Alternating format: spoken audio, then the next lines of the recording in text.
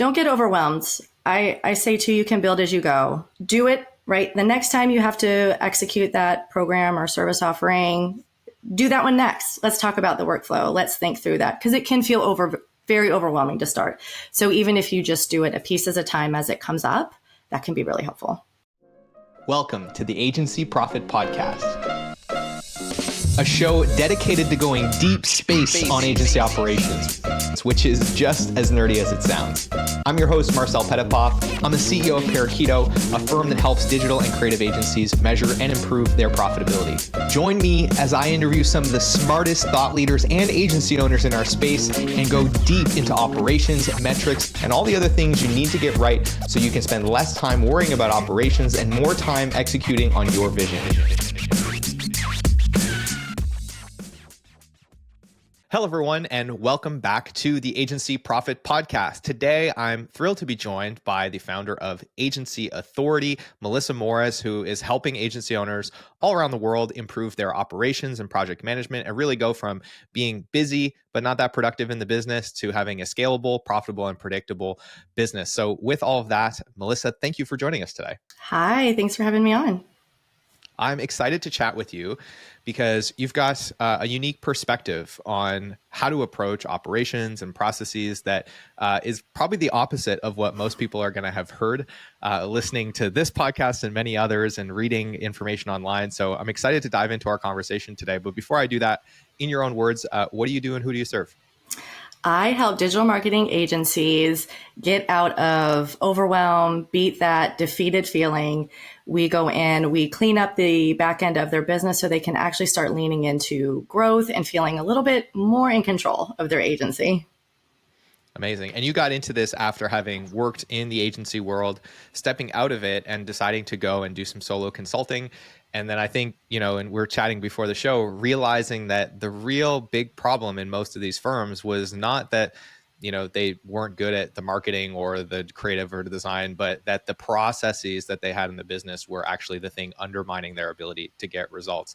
Does that sound about right? That sounds exactly right, actually. So I was very quickly shifting into an operations role and just leaning on the 10 years of agency experience that I have. I had some really great mentors, just a boutique firm, a lot of experience there. And I was able to share that with them. And it was a smart move. Awesome. And so you've been at this a little over 7 years now, working as a consultant, going into firms and helping them get all this stuff cleaned up. What are the things that you've seen in the last 7 years that are kind of the top profit killers as it relates to process and operations? So there are a lot of connections between operations and profitability, too much to mention in one podcast episode. So I'm going to touch on 3 of what I think are some of the bigger ones and some of the ones that we feel like we can more quickly address. One of which is scope creep. So when I say scope creep, what I mean is our scope of work. We've outlined our deliverables, hopefully, to our client, and we've done that very clearly. And what happens is when we're not doing that up front, if we're doing a lot of work that isn't included in that, or we're putting those few extra pages on the website or that one extra logo design, that's work we're not getting paid to do, but we're still paying our team members to do it. And it's eating up time that we can't do other projects, which leads me into the second one, not moving projects through and sticking to timelines, letting them stall out, spending too much time on them. When you're spending a lot of time on a project and allowing it to drag on, again, that's taking up space for projects that could come on board. That's more team meetings that are being addressed. There's more emails about it. And so that will really start to eat into the profitability of that particular service offering and the agency as a whole. And then the third one is you're constantly playing who's on first. Hey, did you get that done? Hey, where are we at with this? Lots of emails back and forth, lots of checking in. Where are you at? Where are we going? I had a question on this. All of these things really just come down to a significant increase in time. I mean, really like 5 hours a week per team member can be eaten up by these type of internal meetings and scope creep and all that. So it's when you put all that together, it's just bound to impact your bottom line in a big way. Yeah. And so I love that you're focused on these 3 things because all of these relate to essentially a lower average billable rate than you planned. So yes. I want to just take a quick side tangent and talk about like mathematically why this actually is the largest impact on profitability and the hardest thing to solve because it's 2 steps. The first step, as you mentioned, is getting these scopes under control. Because what's going to happen in this case is you're going to think you're billing out at $150 an hour, but you're actually making 120 because of all those extra hours that go into the project that you're not accounting for. And then your team is going to feel like they're maxed out on utilization because they are working all of those hours. You're just not getting paid for them. So the first step is to get these things under control so you're not spending as much time to get the work done. But then what that's going to create is a second problem, which is now your utilization is lower and you now need to fill that capacity up. So it's 2 steps. It's 2 impacts on your profitability, both of which are bad.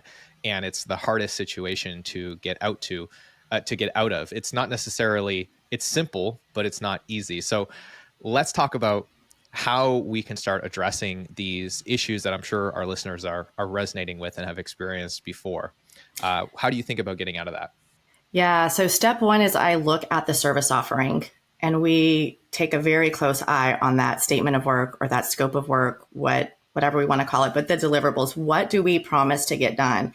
And I want to make sure that it's very clear.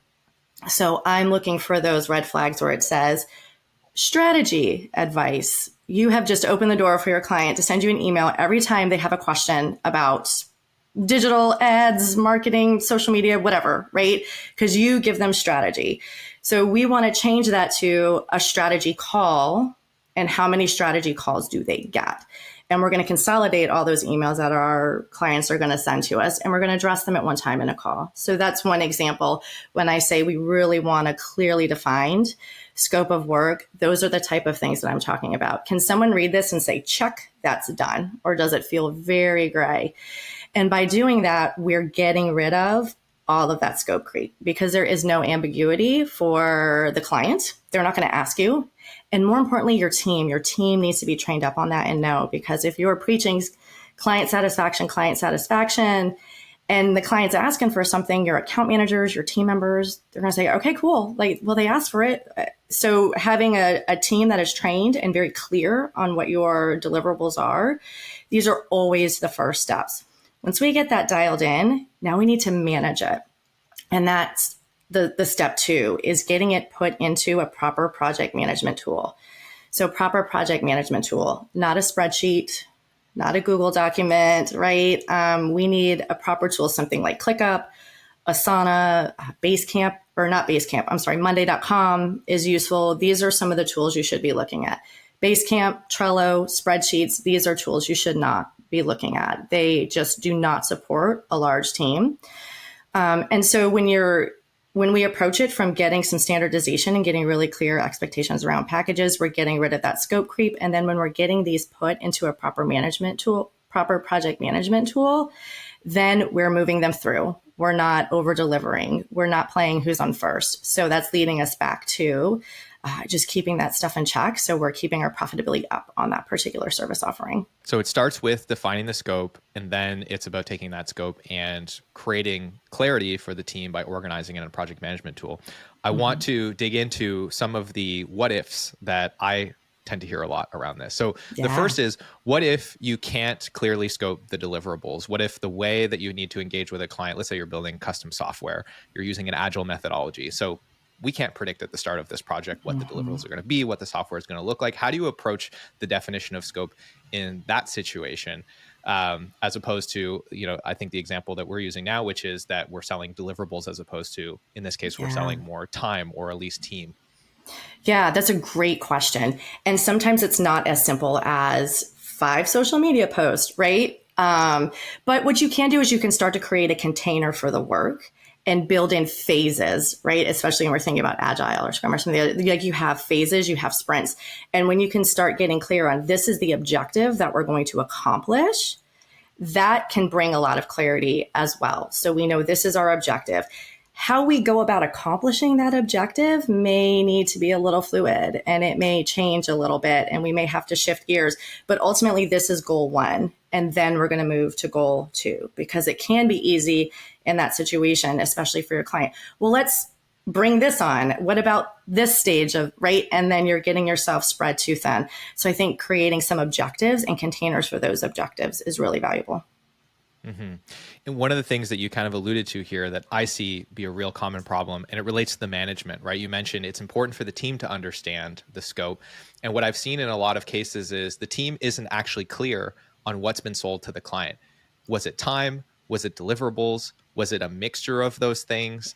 And they start to trip over themselves trying to protect scope, negotiate scope, facilitate that conversation of the client wants something that wasn't talked about before.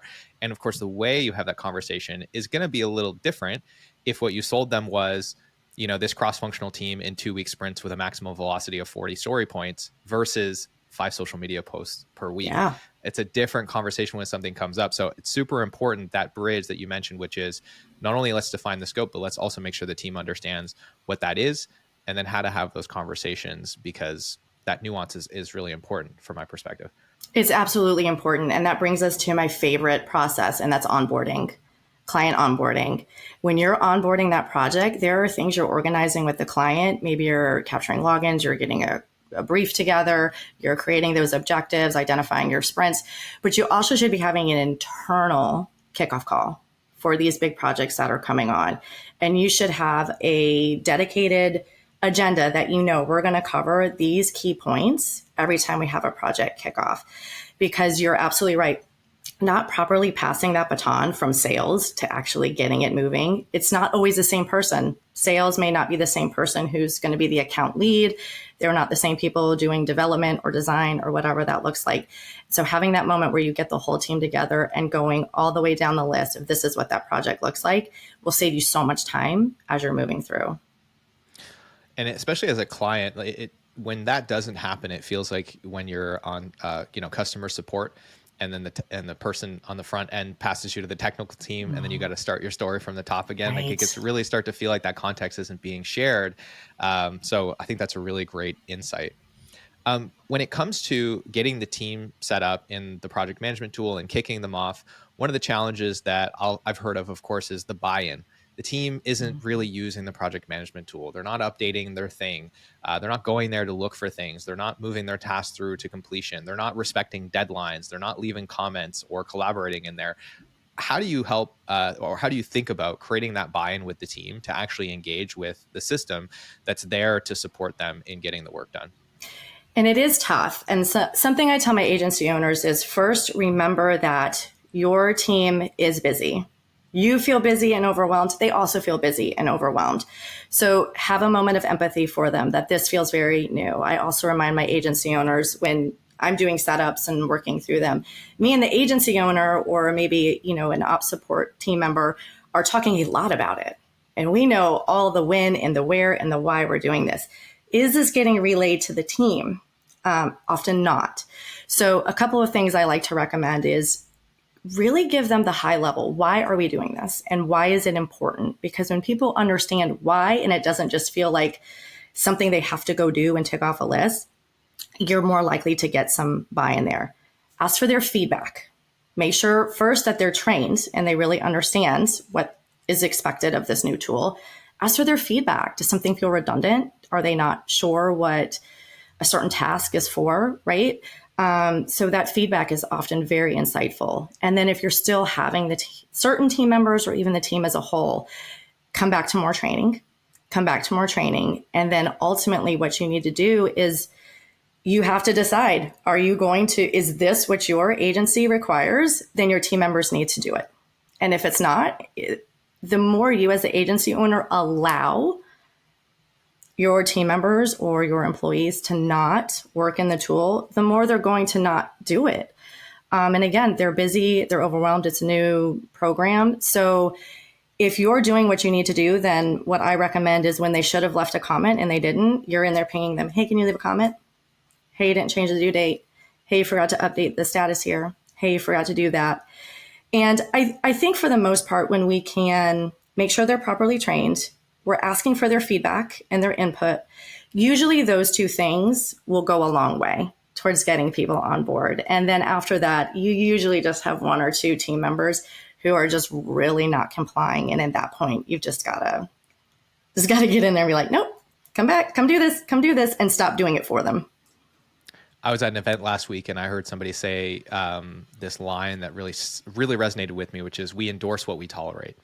And I think that is so true about these little things that seem idiosyncratic when it comes to process. And it reminds me of an example at our own company, at Parakeeto, where we were having certain discussions in Slack that, based on our company's service level agreements for communication, should have been inside of Asana. And it was like, when these conversation started to balloon in Slack, it's like, no, we need to move this to Asana for all the reasons that it needs to live in Asana. There's just better tools there to have this conversation, and it'll create a easier record for us to go back and see it. And one of our team members, Ben, was the person that really kind of policed this and was the first to come in and be like, this should be in an Asana ticket. And it was his like militant discipline to like keep reminding us of it, that now the rest of the team is kind of doing it organically and he doesn't have to step in as much. But it took that person, when we kind of agreed as a team that this was important and that we all agreed that there was a benefit to doing it that way, to be there and have a strong backbone when it came to that thing, when it would have been so easy to just kind of let it slip.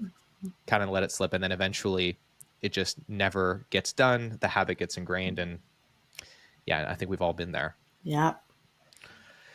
So one of the things I want to double click on a little bit related to this is how you think about process documentation, process design, because I'm sure we've all seen this example of, okay, we go and we talk to the team, we get their buy-in. Maybe they're even the ones that are saying, hey, maybe we should get a new project management tool. You're like, great, look at all this great buy-in.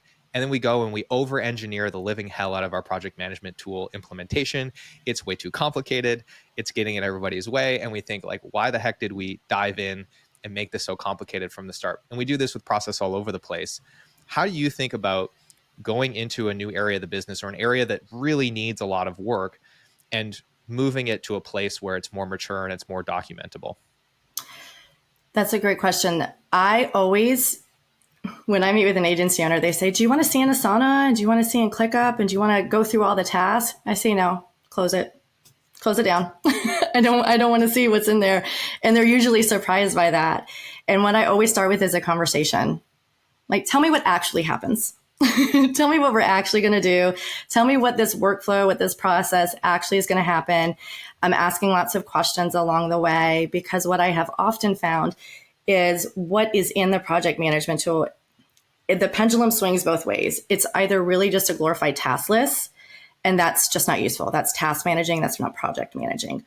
Or, like you said, I see just Frankenstein. There's custom fields, and there's extra statuses, and there's flags everywhere, and there's a color coding system. And I'm like, oh my gosh, right? So first I strip it all the way back to what are we actually tracking? And then I ask the question, what do we need to see? What are those key things that I need to know as the agency owner, the business owner, project manager, whoever that looks like? Do I need to know what's out with client? Do I need to know what's in internal review? Do I need to know what's in dev? Do I need to know what's in design, copywriting? From there, once we know these are the task lists, this is what I need to be able to extract out of that, then we can set the project management tool up that it can actually deliver it to us, because it can only spit out the quality of what we have put in. And so what I'm trying to figure out are those two things. And then once I have that, we can usually do some reorganizing and stripping away some of that extra stuff, or adding in those additional fields and visibility levers that we need to get it actually functional for the team.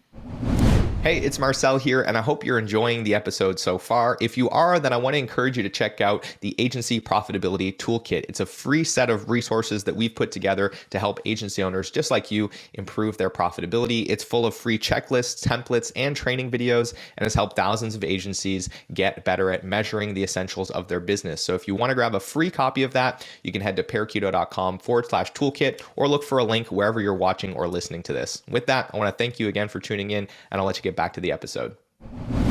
I want to transition a little bit to talking about your perspective on documenting processes and when the right time is to start actually creating this nice documentation of how things work in the business. Because one of the things you shared with me before the interview was a lot of firms are actually doing this way too early, and it's getting in their way instead of helping them. Share a little bit about your perspective on how you mature a process and get it to a place where it's ready to get documented?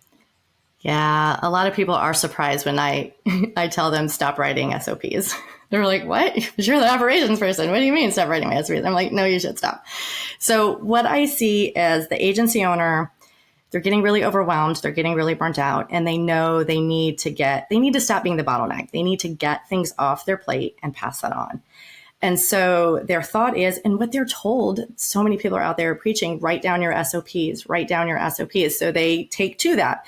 It's time to write down my SOPs. That is not the path to getting work off of your plate. What you need to focus on instead is refining your workflows and your processes. Because if you start and you go and document and write everything down, what I find 100% of the time is it's not actually what's happening. It's always 6 months behind and they're never able to actually continue to work on it. And then what happens is these SOPs just become this monster that you just keep feeding and you just keep feeding. And you keep thinking, well, I'll wait till the SOPs are written, then I can bring on someone to help me. And that's the wrong way to go about thinking of it. My approach is we're going to come in and we're going to take a look at your workflows. And when I say workflows, your processes, again, how are we going to take a client from discovery, that initial introductory sales moment, all the way through to offboarding? And we're going to do this with every process, but I always start with the client management ones because, again, this is where we've seen become a vacuum of that time and money. So we're going to look through and we're going to map all of that out. Then we're going to start looking for redundancy. So I have a framework I like to move people through. It's called DISCO. So first we're going to define this process. We're going to identify gaps. We're going to identify redundancies, any inconsistencies. Then we're going to streamline. Can we create some canned or templated emails? Can we create other templates? Can we create some best practices documents, right? We're going to create. We're going to create phases and milestones.